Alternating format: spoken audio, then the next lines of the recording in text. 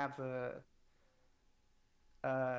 a law degree or something, but you have like an associate's, like you've studied the procedures specific to that industry. Right. If that makes sense. Uh, Yeah, kind of. yeah. Yeah.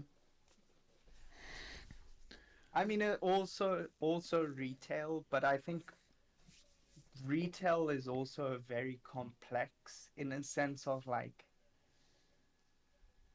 how to say, if you are going to work in retail, you really got to look sometimes quite far to go to the industry that you essentially want to end up in, right? Say you're a South American and you go into like retail studies and stuff at like a local university. What are you going to retail? Like cotton and like farm products and stuff like that, you know? Yeah. Maybe. Probably not. I mean, it's ignorant for me to say that because that's just like wholesaler, like exports and stuff. Um, but again, even if you want to do like fashion and stuff, Brazil is probably not a very good place to, you know, Yeah. to be to live to that full potential. Yeah, I like that paper that you submitted something on in Discord. It was like a map. Oh I yeah, think yeah, yeah, I think that for was sure. you. Yeah, I like that. I was actually gonna ask you. Let's see. I don't even know. It's like quite a ways back. I'm not sure where you posted it at. In general. Was it in general? I don't see it. Yeah, it was. Anyway, it's kind of cool to see that. Is what was it like? Here's the what different countries like specialize in. Is that what it was? Yeah, yeah. That basically Oh, here it is. their biggest. So for the United States, it was capital goods, which is electronics, Yeah, yeah. They transistors. have uh, transistors, aircrafts. I know that the Mm, United States has the biggest. How like to say it? Not. Boeing. um, sort of, but like how do I say the US is very big on aviation. So if we look past Boeing, even like other, other things, right? Okay. Other companies. Um,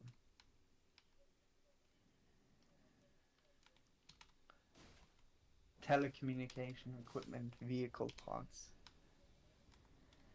Yeah, and computers. Yeah.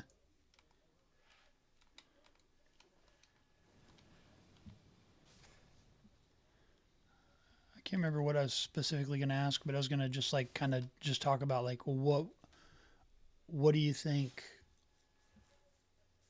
I don't know. Like for example, I think that we could be a pretty powerful oil, as far as I understand, anyway. Yeah, yeah, yeah.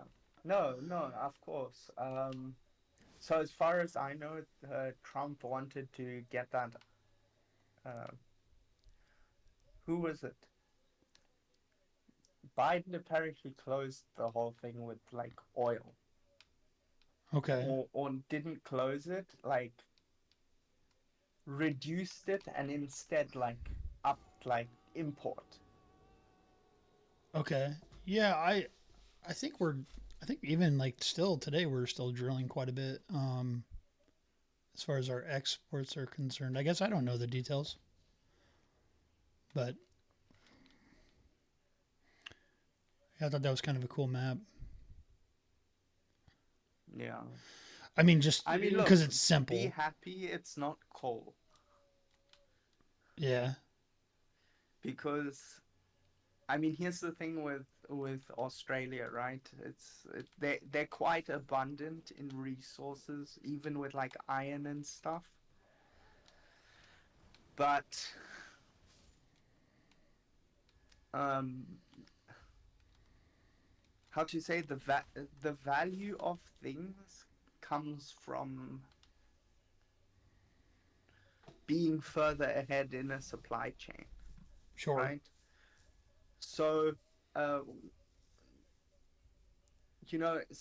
let's say this for instance: if Russia were to only export petroleum and didn't have its own refineries, the economy would be nowhere near as good as it is, And who's this? because the refinery, what the refinery does is it kind of like it, it upgrades the quality of the product, which means it's gone through another section in the supply chain, value added. Um, Basically, there was, you know what ad valorem is? It's basically like adding value along each step, right? Yep. So even something as repackaging a product into something more higher quality from like a normal shitty box with like those foamy nuggets into something that's like going to hold the final product is again adding to the price tag, right? Africa stays poor. The reason being it's got so many resources, but a lot of Africans, or majority of the continent, doesn't know how to utilize the or harness the opportunity to, you know, maybe first refine their own oil. Instead, they go, no, we're just going to farm the oil and then ship it straight away. And, you know,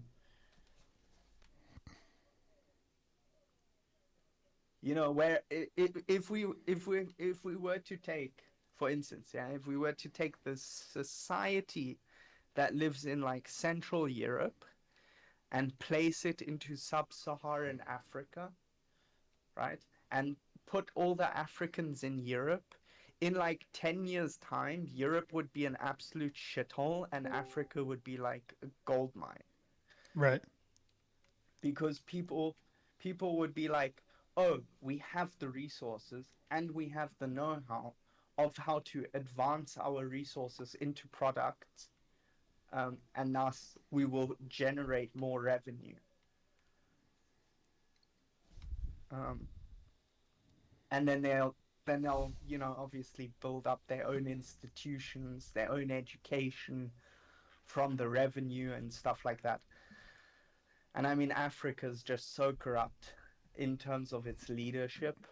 People are like, yeah, yeah, don't worry, you can borrow us money, we're going to make a big change, you know okay, we'll give you some money.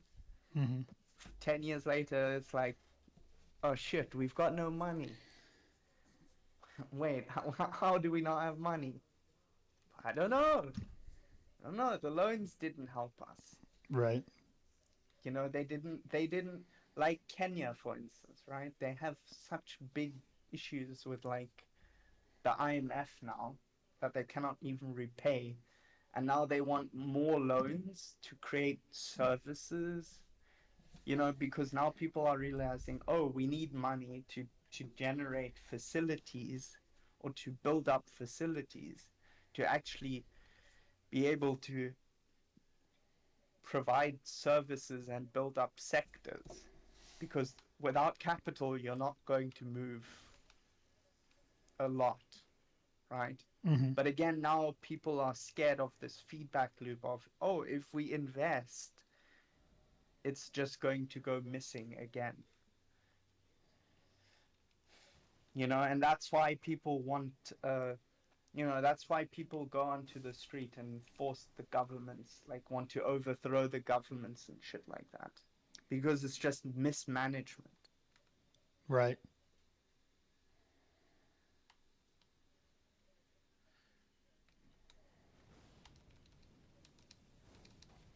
Hello, Maita.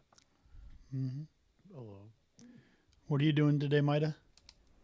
I'm just kind of chilling. I'd seen that you guys were in chat. Figured I'd come in and see what you guys were talking about. I know there's been a lot of shit going on lately.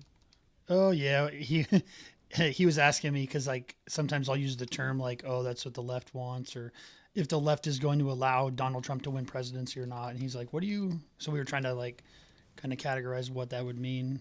Like, why would I use that term, the left or right? Or I guess I think it's just kind of for ease of use, so you can like easily identify something rather than like try to like identify the actual people. It's just an easy term.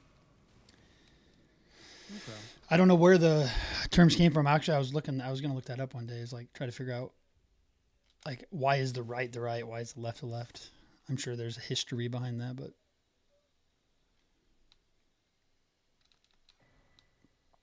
it probably had something to do with like in Congress, like where they were sitting or something. Like all of the Republicans sat on the right, all the Democrats sat on the left or something. It's probably where it got started. I think it comes from the political compass. I don't know if you've ever heard of Oh, the political compass or not.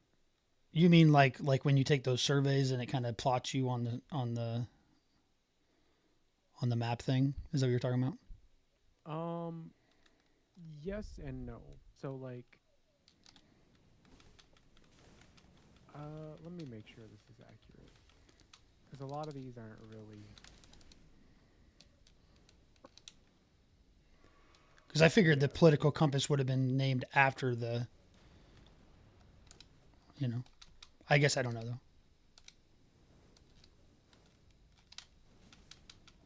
Like here you go. It's what it was referred to as the political compass. So Are you on? it's laid out in a couple different ways. At the top, you have like your principles of authoritarianism, and at the bottom, you have like liberalism. Here, let me bring it up. On You the just typed left in and on the political right, compass. you have like progressivism and conservatism. Political compass. Yeah, that's what I was wondering. It's like the test I've done before. But you think that the political compass is what defined the words left and right, though? Yeah, like the idea of the political compass is where the terms come from. Like, Oh, because okay. obviously it denotes like left and right pretty well. There are different political compasses that place different labels on different ideologies, but for the most part, they fall under the same sort of like umbrellas. Mm-hmm. Well, and then he was asking about liberals, and I was telling him that you can have liberals on the left or the right. Yeah, so liberal is like center left, and libertarian is like center right. So like usually they just fall under like what we would call like the lib sphere, which is like centrism. Mm-hmm. Yeah, see, I see libertarian when I look at the political compass. Libertarian is on the bottom, authoritarian is on the top. So therefore, you could potentially have down in the bottom left coordinate or quadrant, you could potentially have a left-leaning libertarian down there in that green.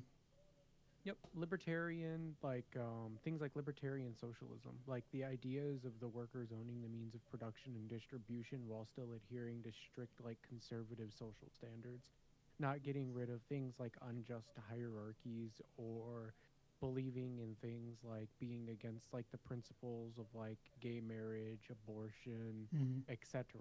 Things that aren't specifically outlined within like the principles of Marxist economic theory. This sort of falls in line with what you would get from people like the Bolsheviks. Man, I know nothing compared to some of you guys. So, like, the idea is imagine like your typical like progressive leftist when it comes to like economics.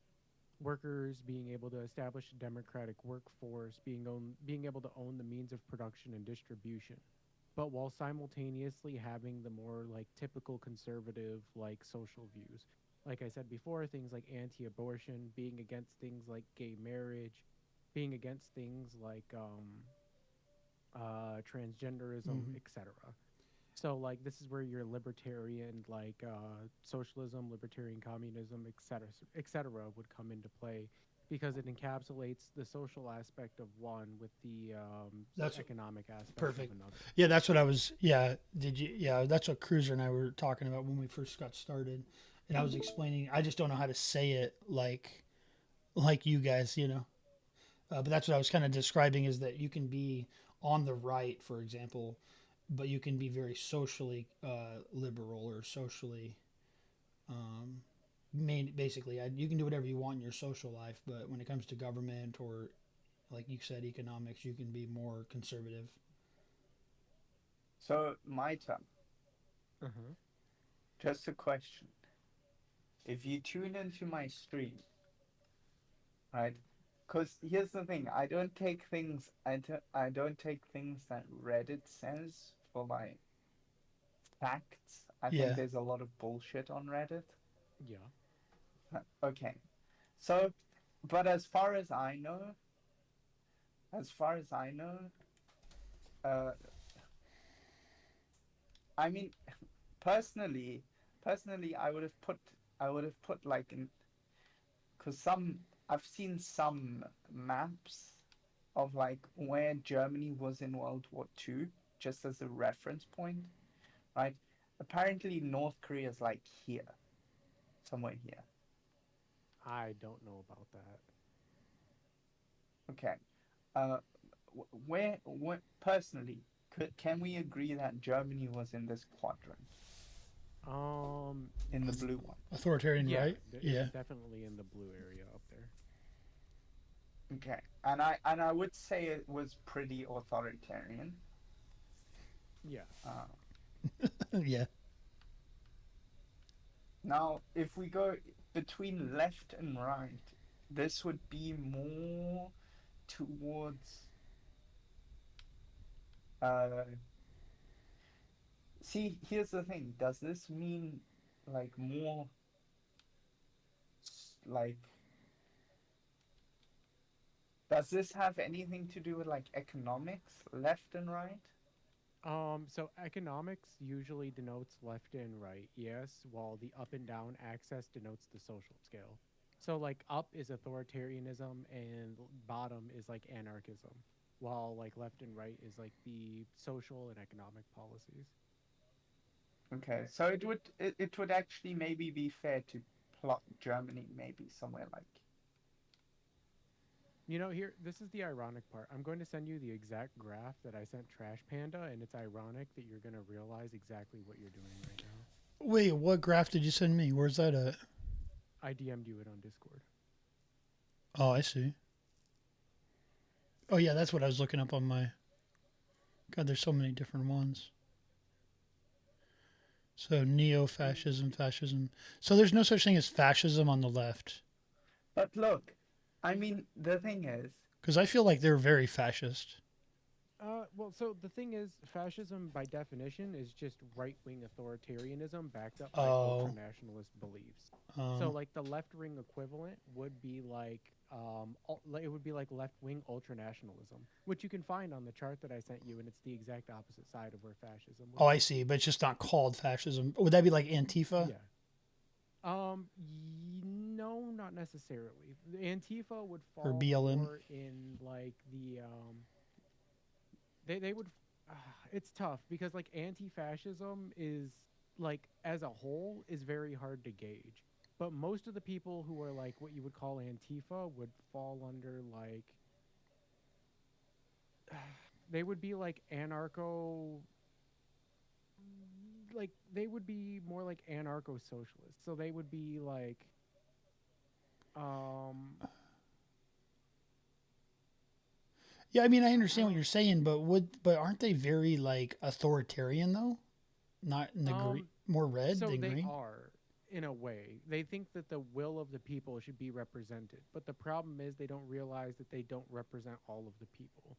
So it's just like a error in like ideology. It's Okay, like imagine if someone were to start like a people's movement, but they advocated for something that not all of the people wanted. right. This is very similar to what Antifa does. They try to represent like what they call a vocal minor or like a a silent majority, but don't realize that they are sort of like a vocal minority. So like where I would pin them would be like, yeah, I would put them in the anarchist sphere, and I would put them right around the lines of like religious anarchism and anarcho anti-authoritarianism. So it's definitely like bottom left. Really? Okay. So not really fascist at all. Yeah, they're not really fascist in principle because they wouldn't fall under right wing. They're just very heavily authoritarian and like also like I Hmm. leftist. think I think it's just like a reactive thing. Yeah, reactionary. Yeah. What do you mean Not by that? not by nature, but rather by taking action against something that they disagree with. But almost always left leaning, though, right? Yeah.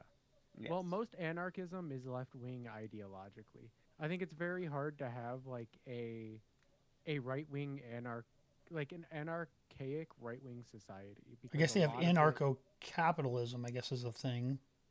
yeah, but like it's anarcho capitalism is very hard to achieve because like it's literally just an extension of an already established like Yeah. system that we have. Yeah, I see it's as What far I just down want to to the right as say, you can go. what I just want to say is that it does not surprise me that the neocons are here.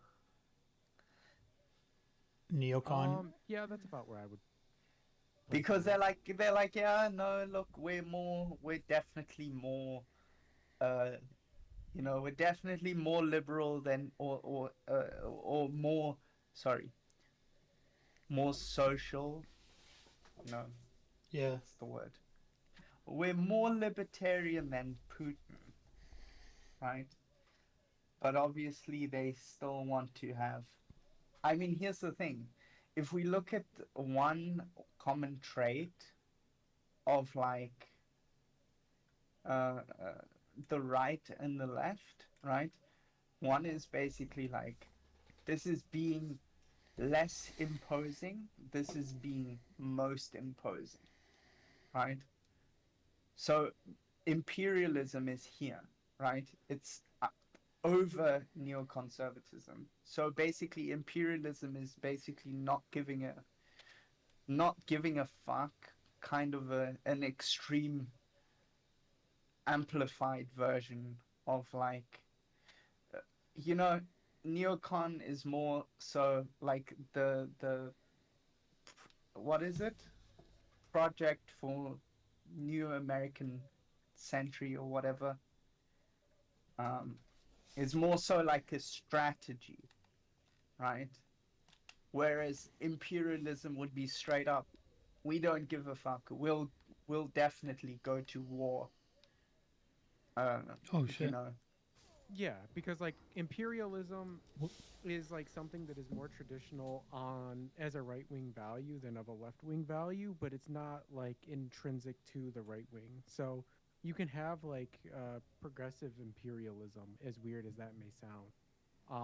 It's just the imperialism in and of itself just has a negative like connotation to it, and also is generally associated with the right because it's more typical of like right wing ideological views.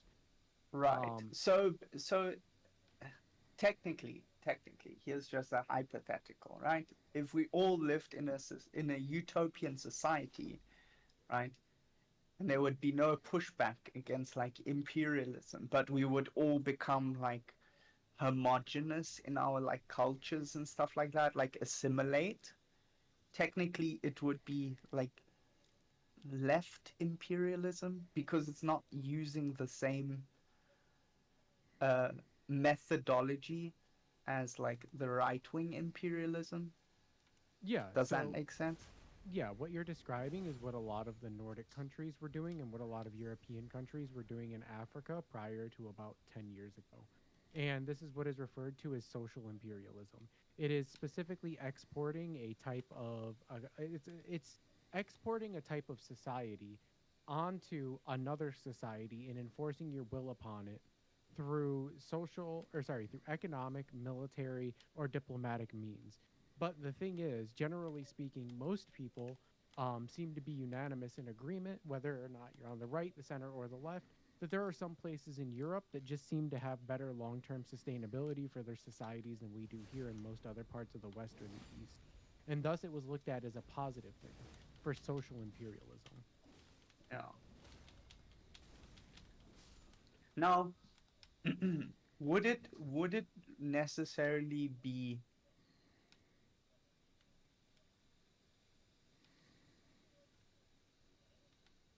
now here's the thing, I'm kind of torn.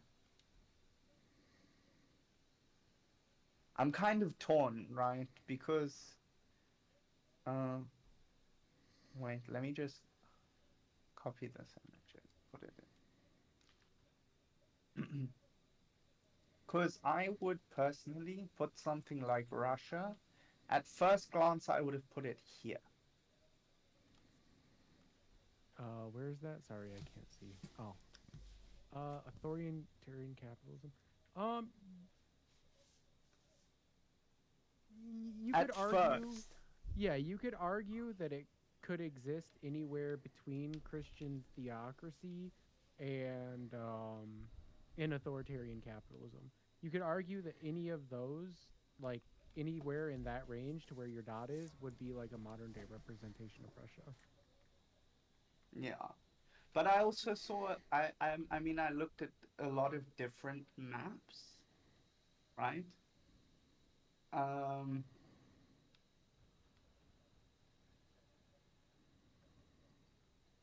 hmm.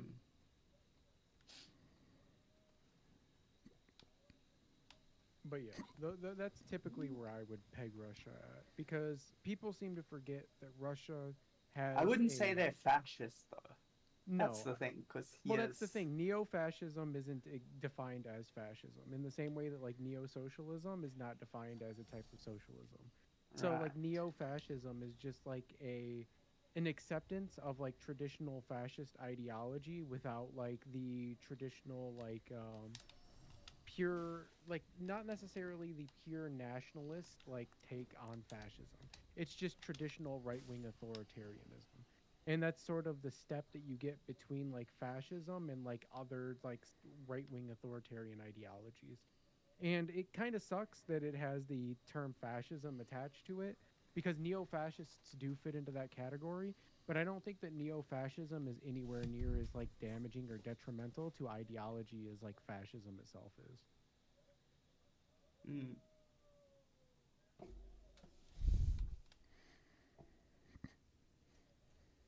Yeah.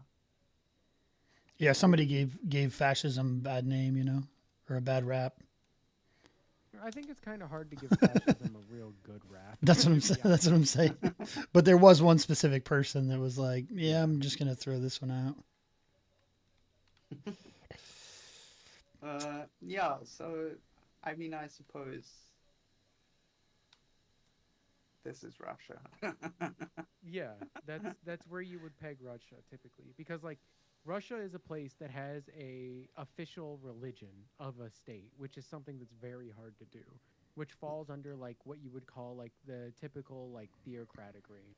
But they use Yeah. Catholic orthodoxy rather than Christianity, so you would kind of move a little bit around there with like the label. But as And you of know what's recently, funny? yeah, You know what's funny? what is that? In the mirror we have China. Yeah. I would literally mirror China to that. Because it's like, yes, we already have the we already have the word Shiism, state capitalism. I mean, I would argue that it's like a hybrid. China's got like a hybrid system between like socialism and, well, maybe it's even slightly pivoted like that because it's more, I don't know, Well, see, so that's the fun thing about China is that they have two different financial districts. They No. have the Oh. economic district in China, which runs off of a heavily state-based capitalism. Like it runs off of very heavy state capitalism, but also have mm, like your non economic district, which runs off of a communist system where it's a bunch of independent businesses that are all run and owned by the people who own, or sorry, run and owned by the people who work in said businesses because they're all local businesses. So that's why it's like it falls under that sort of line there. Hmm. No, fuck. Damn. And they're definitely not imperialist. Like I know it's gonna sound, look, we do have the nationalism part covered in China, right? And China, the thing is, China's borders haven't moved, you know, in quite a long time, right? And I do believe that they, uh, how to say, I mean, naturally they're just gonna have, by by the size that China is. I mean, here's the thing: the only thing that could break, sorry, the only thing that could make a country naturally stay as big and not be divided is to have a system of like the United States. You get what I mean? Yeah. Because if the United States didn't exist as like in its current format, it would be the same as Russia and China because it would have autonomous regions, I suppose, but it would just be like one big country, right? So like, how do you solve it? You make republics, and they then become, you know, United States, and then they, I suppose it, I don't know. I don't know how they actually like piece together the puzzle of like having like 50 states, uh, you know, being like, yeah, we're on board with this, you know. Yeah. And this is the interesting thing, right? Is that I mean, I think this does a really good well of being able to put political like ideological terms to like specific things or like people, but China is one of those curveballs or one of those oddballs that is very hard to sort of pin down just because their shit is all over the place. Mm. Like they recently passed a law that falls like I don't know exactly what ideology it would fall under, but they made it where it is now illegal in China for women to model lingerie. So now men are modeling lingerie in China. Women's lingerie.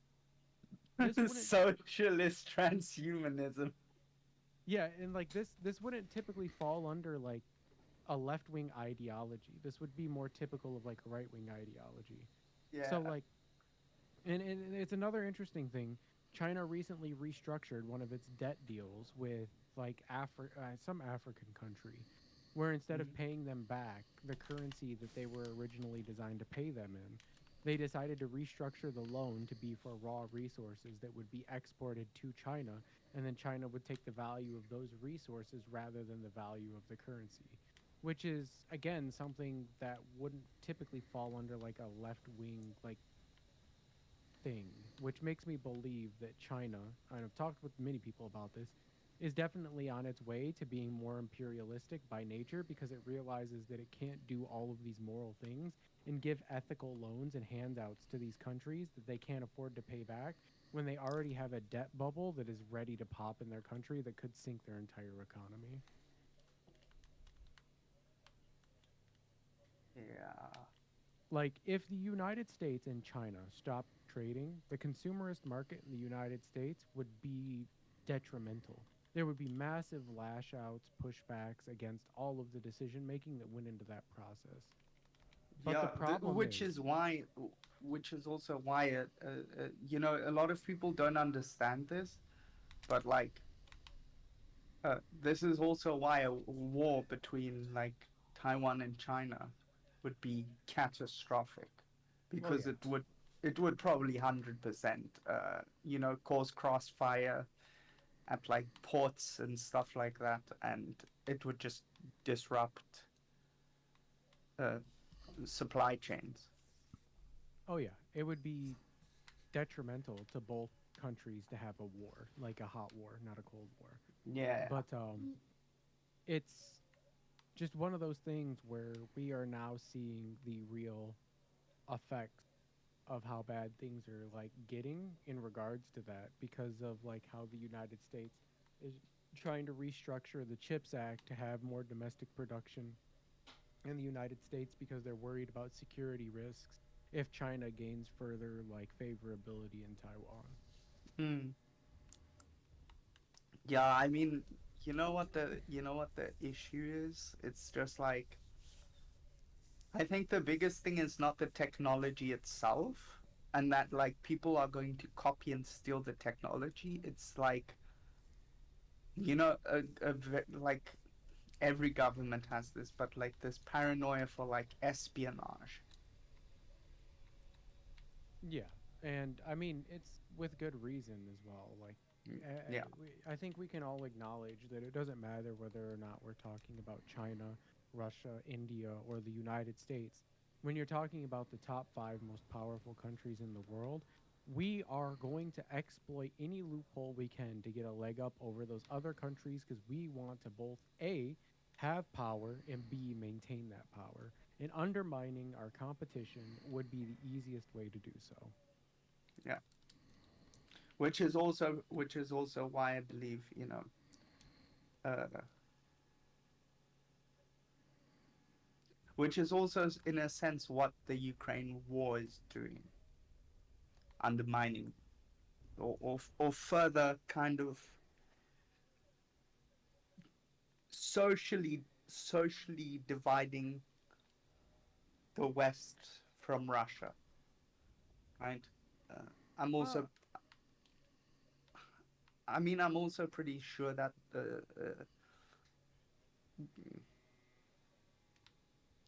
well, perhaps it's only bots that spam this kind of stuff, but like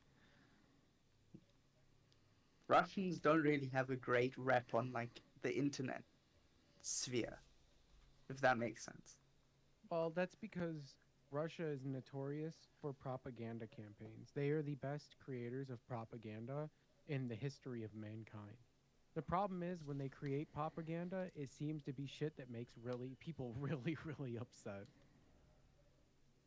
Like again, I don't think Russia did any favors to themselves when they did Operation Infection.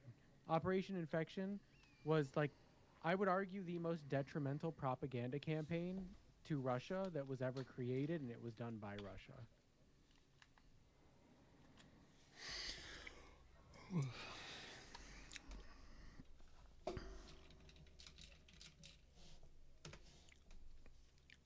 Cruiser loves talking about Russia.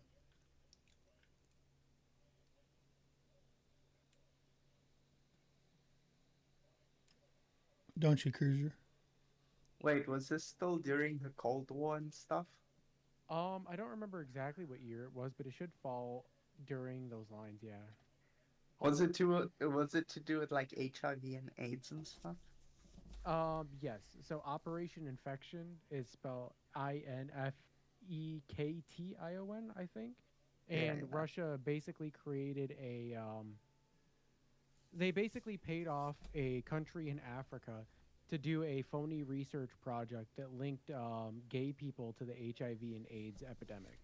And then they picked it up as an independent news article, and then they basically boosted it and then republished it as a study that they were able to confirm.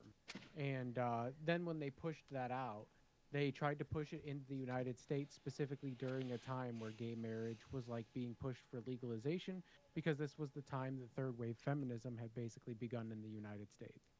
And Mm, during this era, like they did this to try to undermine the United States' authority and try to push back against like certain things that were happening in the United States and try to blame them for like the HIV and AIDS epidemic.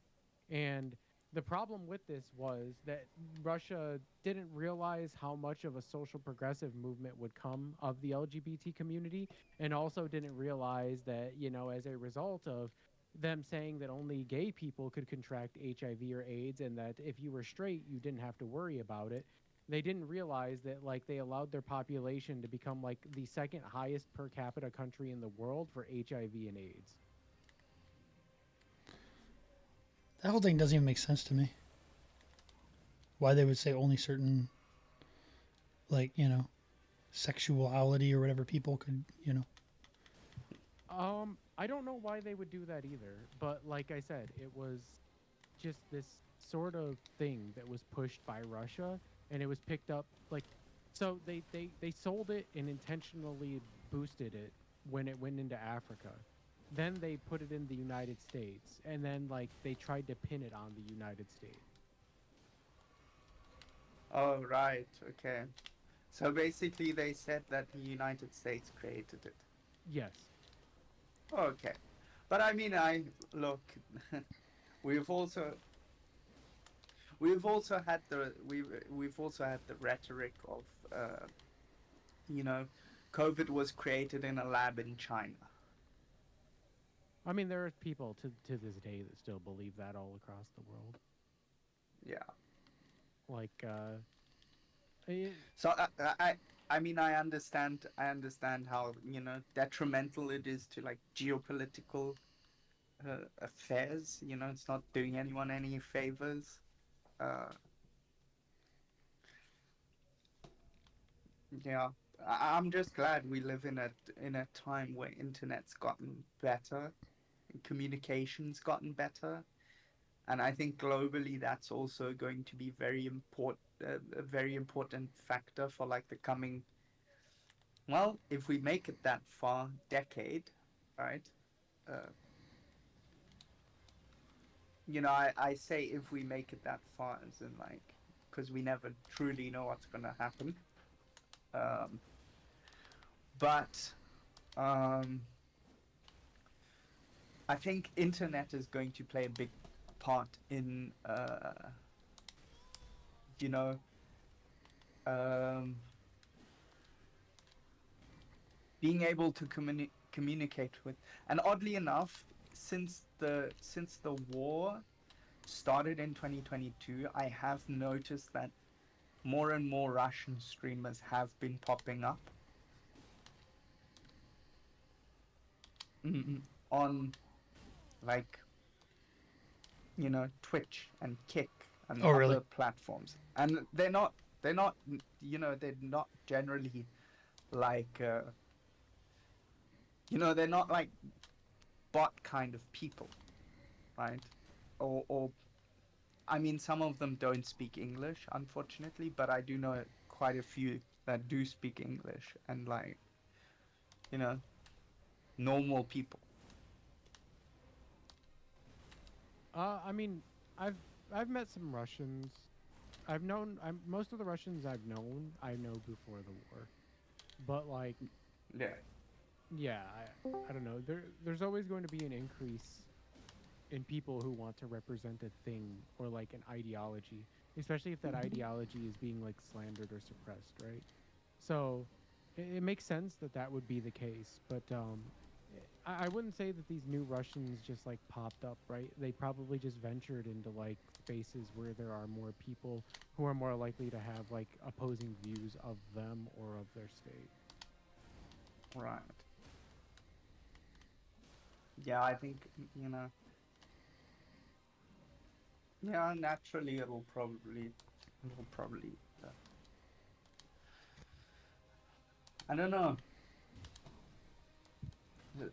Sometimes I don't feel like,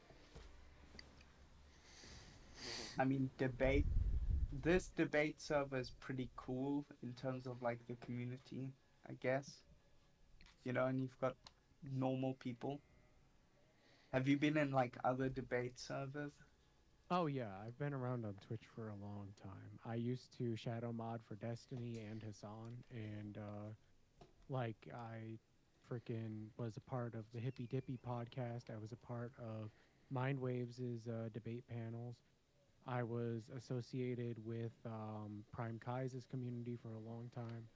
I sort of come and go because as debate shows pop up and get bigger and more popular, the community gets worse and worse in terms of quality until eventually I Yes. just leave.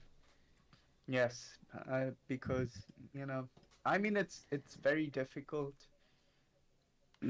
I mean, this is just internet culture in general, right?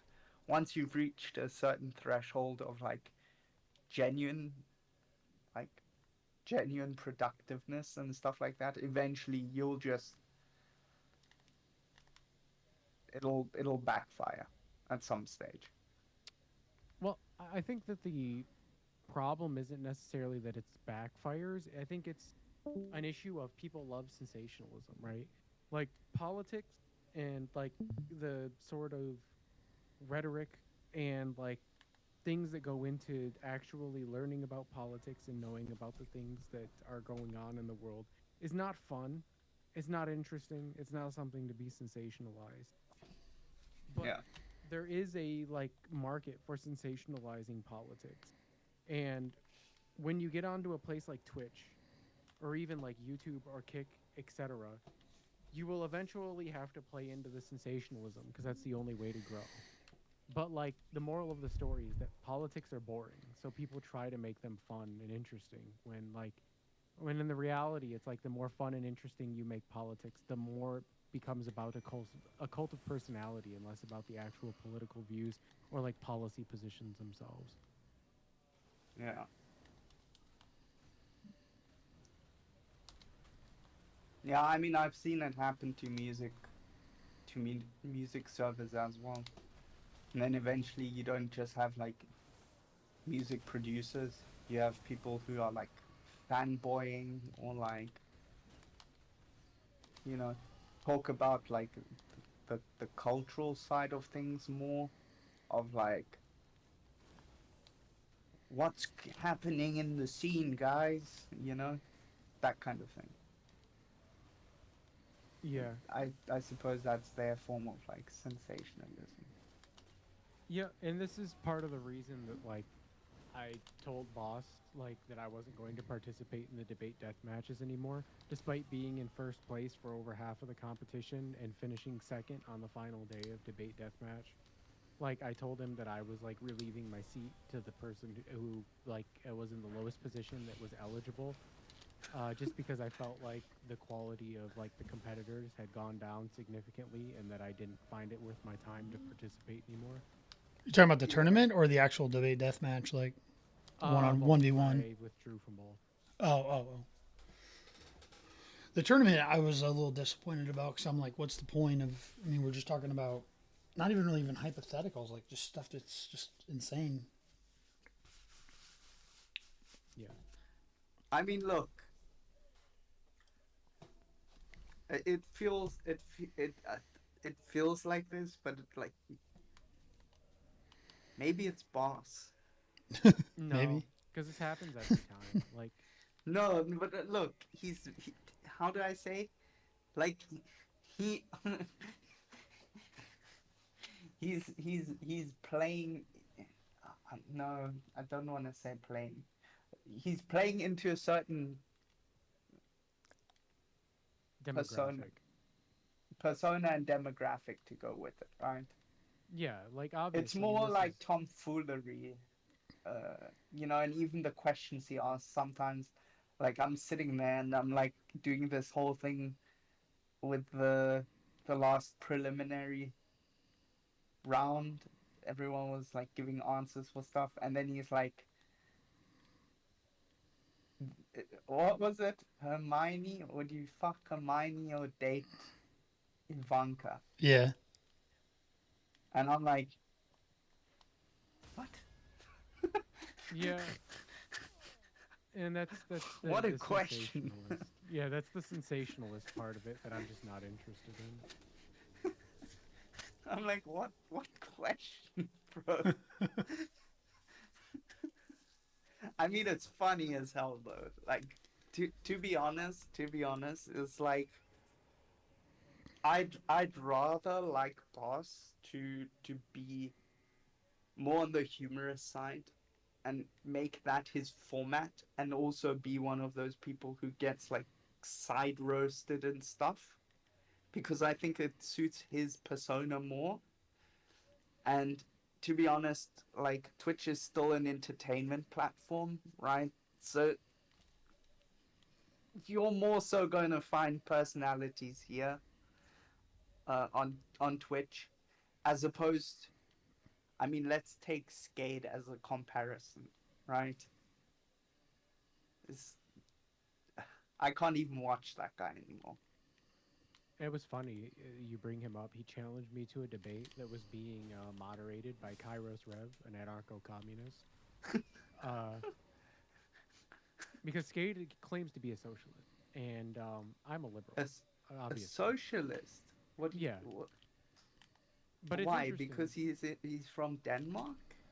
Well, nah, I don't know why, but like yeah. So there's this guy named Kairos Rev. He is a Yeah, I anarcho-communist. know Kairos. Yeah, and he agreed to moderate the debate between me and Skade.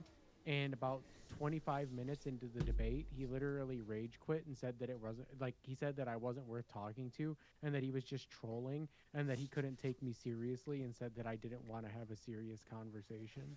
And then he literally rage quit and went to his stream to cope to his fans about how he wasn't losing and about how he wasn't actually taking the debate seriously because I'm not someone who should be taken seriously. Mm. What the fuck? Then proceeded to stalk me on Discord for 3 months. Really? Yep. Well, can I be honest here? There's there's some there's some pretty dramatic people. Not gonna lie. And I mean, Skate's community is also not. I mean, look, I don't know much about. I don't know. I don't really want to insult the guy because I don't know him too much. Like Turbo, right?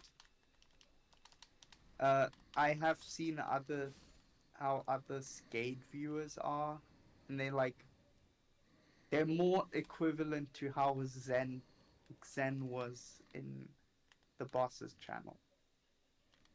Yeah, that sounds about right. They're like unhinged, like psychopaths. Yeah, Like, precisely. And I don't think like it's fair to label Turbo as like a psychopath because he can still some way agree. I just think he consciously chooses to disagree when he does with people. Not because he's unhinged, just you know. see, but that's the thing. He's not quite like Skate in that regard. He's just somebody in Skate's community. Like Great Satin USA is someone who is a devout Skate like stand.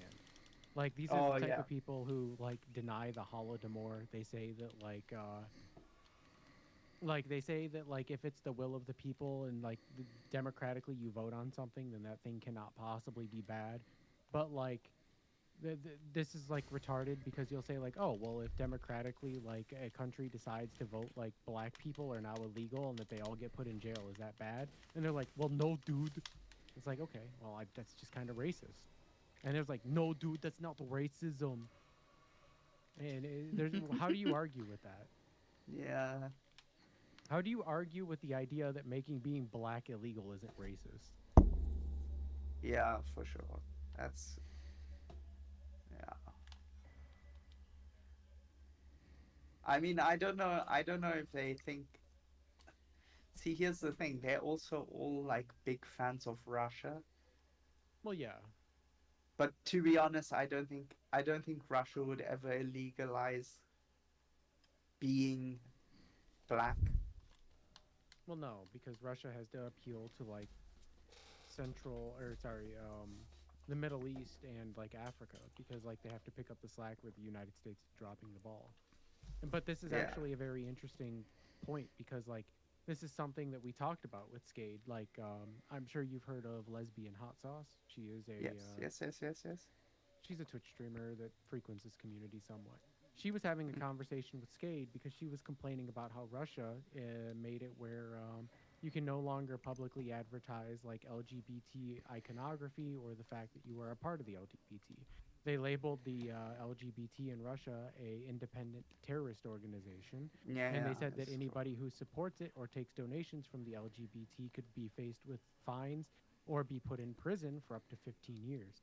So obviously there were a lot of people who are a part of the LGBT who had problems with this, and Skade was one of those people. So Lesbian Hot Sauce tried to do a debate with Skade where Skade said that if it is a democratic vote and the will of the people, that it is not like homophobic because that is a democratic, like this is the, it's just the representation and the natural process of what the people want.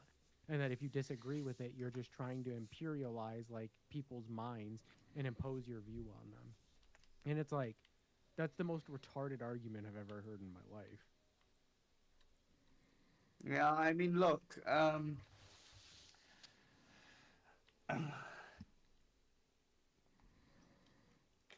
I think I think Russia's just.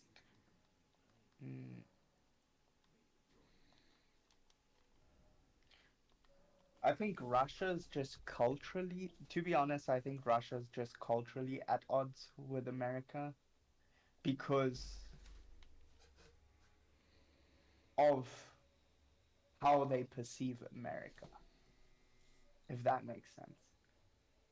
Well, yeah, Um, because like people in Skade's community, like if you go into Skade's chat, like and you say that you're American, they'll call you a subhuman, they'll call you a pedophile, and like it's just very interesting because like they'll conveniently ignore shit. Like Telegram is a Russian hosted like website that is funded by Russian state media, but that website is the largest distributor of child pornography on the internet. Like in the United, like they'll talk about how Jews control like the entire world, but like the vast majority of Russian oligarchs are Jewish. Like like there's this cognitive dissonance. It's like all of these things apply to other people and not me. yeah, this is why I stayed off Telegram. Yeah, and then like and then that doesn't even touch on the actual like crazy schizophrenic shit that Skade believes, like the fact that the moon landing isn't real and that NASA literally staged like the moon landing to sell like freaking merchandise to like people who are stupid, and that it was a global conspiracy that was brought like on by like all of the major governments in the world. Wait, if he thinks the moon landing isn't real, does he also think Russia didn't do it? Correct. He believes that no one's ever went to the moon because the moon is not real. It's not something that is like that we can physically go and touch. He believes that what Really? happened, he believes that what happened in the 1960s and the 1970s is that there was an attempt by all of the countries to reach the moon. And upon realizing that they could not do that because it was physically impossible, they allowed the United States to be able to push the narrative that they reached the moon first. So that way they could start NASA, which had already existed at that point, so that kind of doesn't make sense, to be able to sell merchandise about space to capitalists to be able to keep the people ignorant about the reality of space. What the fuck? This is a real position that Skade holds. That's so funny.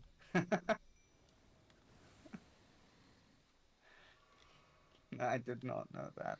That he at one point challenged me to a debate on and then proceeded to block me when I asked him for a date about it. And I can provide screenshots as proof.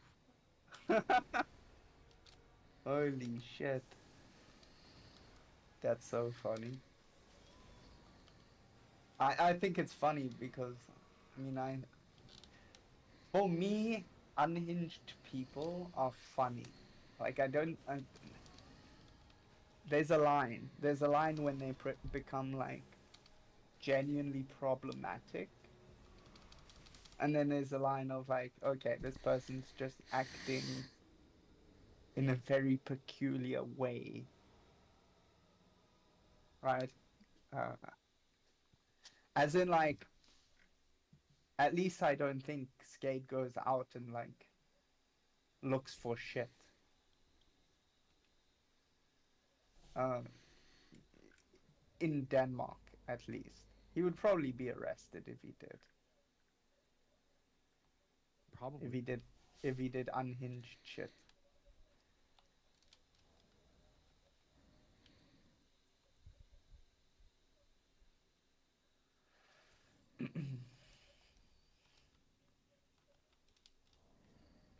That's pretty funny.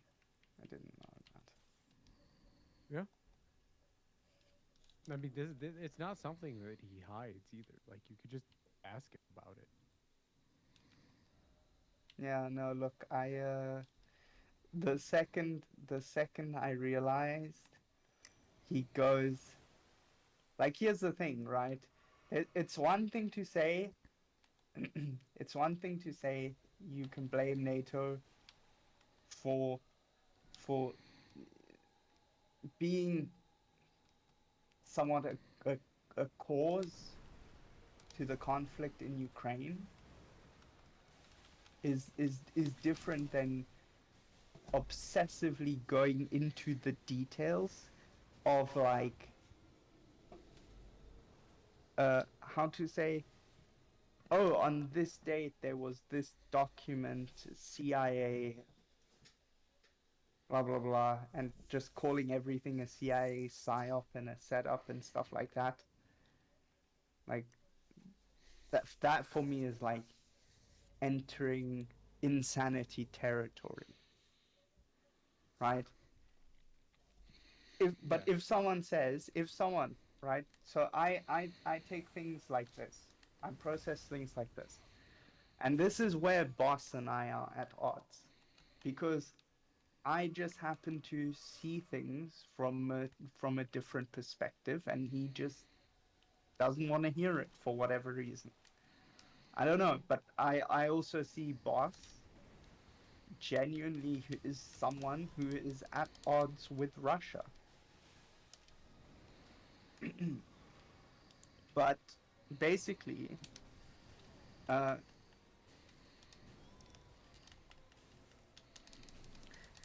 I mean, here's the thing. Boss will be like, yeah, politicians, they all lie. Like, and I understand that. I understand, no politician's perfect, right? At least I've never met or ever seen a perfect politician. Because, I mean, at the end of the day, politicians also, no matter which direction and which policies and stuff, they'll always get criticism from one direction or another, right? You can, True. that's just how it is. Like, I've never, it can even someone like, I mean, it was a meme candidate, but like Andrew Yang, right? People were like, yeah, this guy's so based, and like, wouldn't it be nice? Like, wouldn't it be nice? Yeah, we get it, but probably he would also have quite a lot of criticism, you know. Or yeah. Again, people wherever there's people, they'll always. It's kind of like Rule 34, but for politics. Where there is politics, people will find a way to make a problem out of it everywhere, right? Um, you can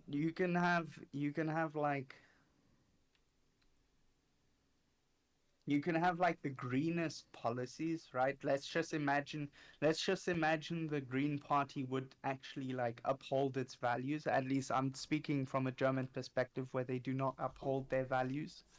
They're actually quite hypocritical. Um, but if they manage to uphold their values, then even then, uh, again, from both sides, they would probably still be criticized, right? So there is no perfect politician. Um, but boss basically goes, because I had this argument. I'm like, look, there's so many like speeches and documents you can go look into that kind of suggest uh, that. I mean, I had this conversation. I had this conversation on the phone with a friend yesterday. So now we're at a stage called Putin, right? Before Putin, we had Yeltsin, and probably a lot of people would say Yeltsin was more socially, how to say, more Western, more pro-Western.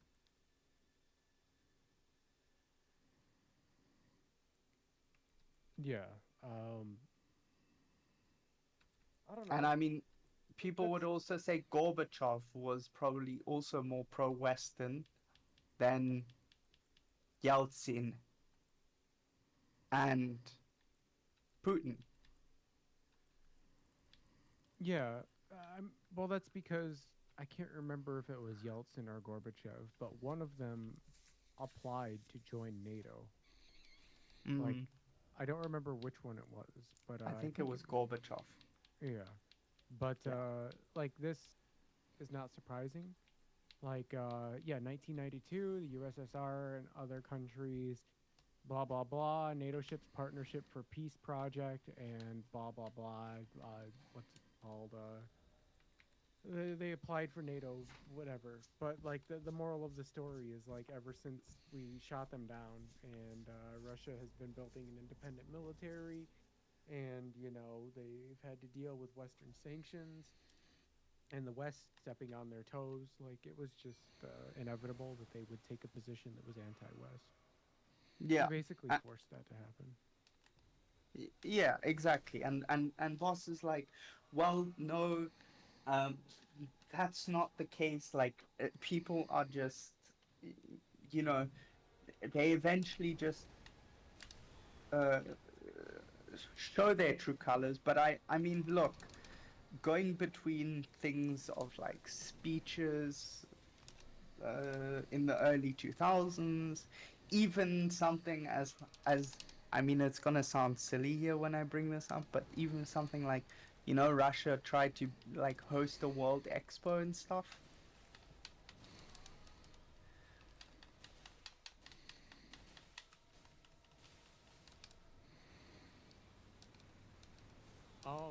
Maybe I think It honestly the was major contributing factor was the fact that the United States is trying what to the expand fuck? its influence throughout the entire world, the like Middle East and Europe. Yeah, Um, and Russia has also been trying to do that exact thing. So it was just a matter of time before the spheres of influence eventually had an overlap, and the goals of both the United States and Russia were exactly the same. It started in 2011 when the Bidens started investing in Ukrainian infrastructure projects and trying to establish stronger ties with the Ukrainian businesses as well as corporations that they were exporting money to and from. Uh, and eventually, Russia was going to say, "Hey, you undermining our circle of influence isn't going to stand." And Russia gave every excuse in the book as to why they invaded Ukraine, but never once mentioned the fact that the Bidens were there in 2011. yeah, yeah. No, look, and I mean,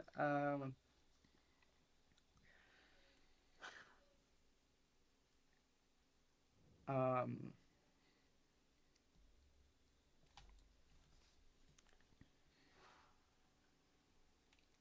yeah. Look, I just said to, cause boss doesn't see things in the same light that I do, right? Because he thinks NATO's awesome, and I'm like, don't you see a problem of like, you know, all of Russia's like former, uh, you know, like, how to say, like neighbors being part of NATO? Like, imagine this, right? Imagine just like the whole Western Front. You know that even someone covertly How the went fuck? to Belarus, not to meet Lukashenko, but to meet like a, was it a minister or something? But they were talking. They were basically talking about like uh, advancing, you know, basically talking about the situation in Belarus and how things are there. It could have just been one of those. I don't know. Could have could have been a falsehood. Could have been. I don't know. I just look. I understand the perspective of Europe needs to be strong, stand and protect its values and, its interests. But we also still are neighbors with Russia. We do not want to exceed this, as in, like, okay, now we're going to build. It's like Trump. We're going to build a wall